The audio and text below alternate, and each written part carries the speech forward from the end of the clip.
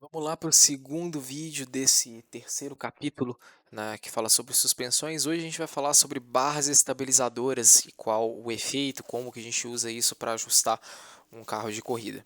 Então, né, vamos começar sobre como elas funcionam, né, como que o que compõe aí as barras estabilizadoras, ou em inglês eles falam torsion bar, ou até anti-roll bar, uma barra anti-rolagem, né, na tradução livre. Você pode encontrar todos esses nomes, mas o conceito delas vai sempre ser o mesmo, né? A gente tem uma barra, né, que conecta os dois lados da suspensão, e aí tem algum tipo de link que vai fazer a conexão aqui com a manga de eixo, ou enfim, qualquer coisa que acompanhe o movimento vertical da suspensão nas duas direções. E aí vamos supor, por exemplo, o carro está fazendo uma curva para a esquerda, né? Você está fazendo uma curva para a esquerda, a gente vai cair para o lado direito, a gente vai comprimir o lado direito aqui do carro, né? E aí o que vai acontecer? Né? Com essa mola aqui comprimindo, né? Essa mola vai gerar um movimento assim, né? Uma força, uma alavanca para cá que vai puxar essa barra aqui para cima, e esse metal ou qualquer material que compõe essa barra, ele tem uma resistência à torção, que naturalmente você pensa assim, então essa barra, e aí esse meio aqui, né, você vai estar fazendo um esforço para cá, só que esse material vai resistir a esse movimento. Essa resistência a esse movimento vai meio que diminuir o quanto essa, essa compressão vai acontecer. Então você pensa assim, se ia comprimir sem essa barra, você ia comprimir, sei lá, essa distância aqui, vou falar assim, tipo, com a barra comprime essa distância, e sem a barra, essa distância aqui que seria comprimida por esse movimento. No próximo slide eu vou mostrar uma imagem que isso vai ficar mais claro. E a mesma coisa acontece, né, do outro lado, que o outro lado ele vai tender a estender, né, porque a roda vai estar mais, teoricamente, se ela ficasse presa, ela levantaria do chão, então ela acaba estendendo. No que ela estende, isso aqui vai fazer um movimento contrário, né? Ela vai resistir para cá e vai evitar essa extensão de acontecer, que sem a barra, vamos supor, seria essa quantidade, com a barra ela só vai estender essa quantidade. Então, naturalmente, você reduz o movimento da sua suspensão e, consequentemente, a rolagem do seu carro. Tá? Então, o que acontece? Você tem aqui, né, esse carro sem a barra ou com uma barra menos rígida, você vê que ele está mais inclinado aqui em relação ao plano do chão. Né? Se a gente pegar esse ângulo aqui, né, uma estimativa grosseira, ele vai estar maior do que o ângulo desta imagem aqui, mesmo com o meu desenho sendo não ótimo, vamos dizer assim. Né? A gente tem o chão aqui, a gente consegue, bom, claramente observar que para desenhar esse ângulo eu teria que vir até aqui, ainda vou ser bem generoso com o desenho, né? Que esse ângulo aqui ele está sendo maior, né, do que este ângulo aqui, que é menor.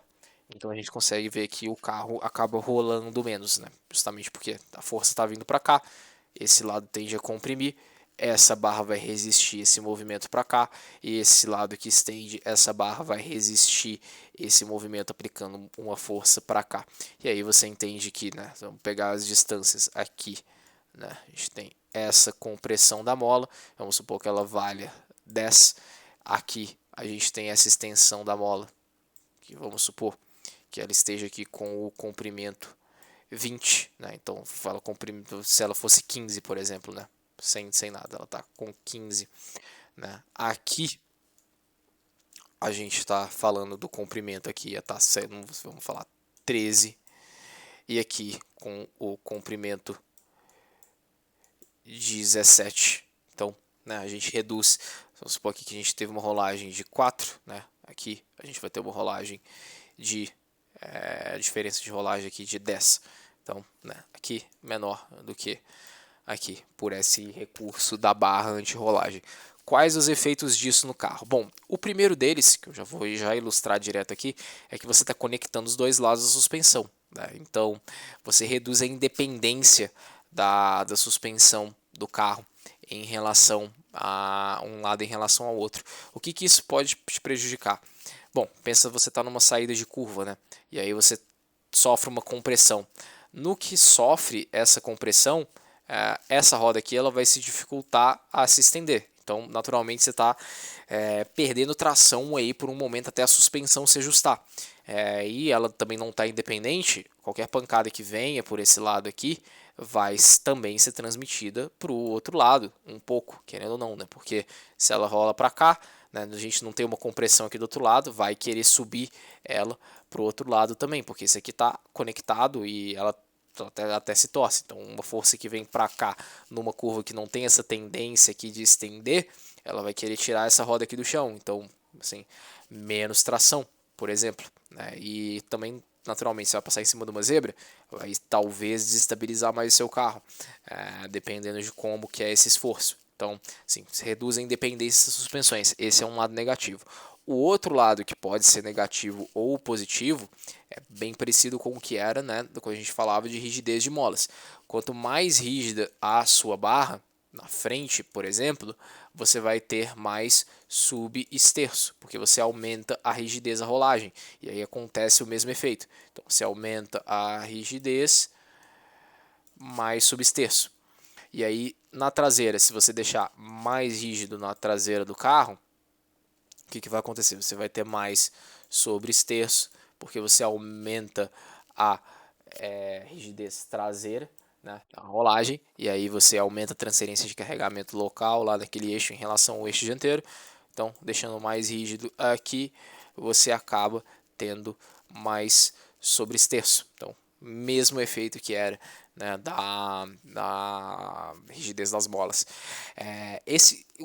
Qual que é o principal uso, né, que a gente faz dentro da pista? Principalmente esse balanço do carro, né? A gente fala tentar deixar ele rolar um pouco menos, talvez deixar ele mais rígido, deixar ele menos rígido, que pode ajudar ou não o desgaste de pneu. Isso vai muito do sentimento do piloto, de como ele consegue fazer o carro trabalhar melhor para ele, deslizando mais, deslizando menos, tendo a roda interna trabalhando mais, tendo a roda interna trabalhando menos, né?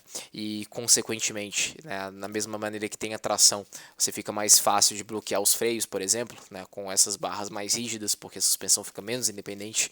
Então é um outro compromisso a se considerar, mas ela é a principal ferramenta que a gente usa para mexer no balanço mecânico do carro. O que é isso?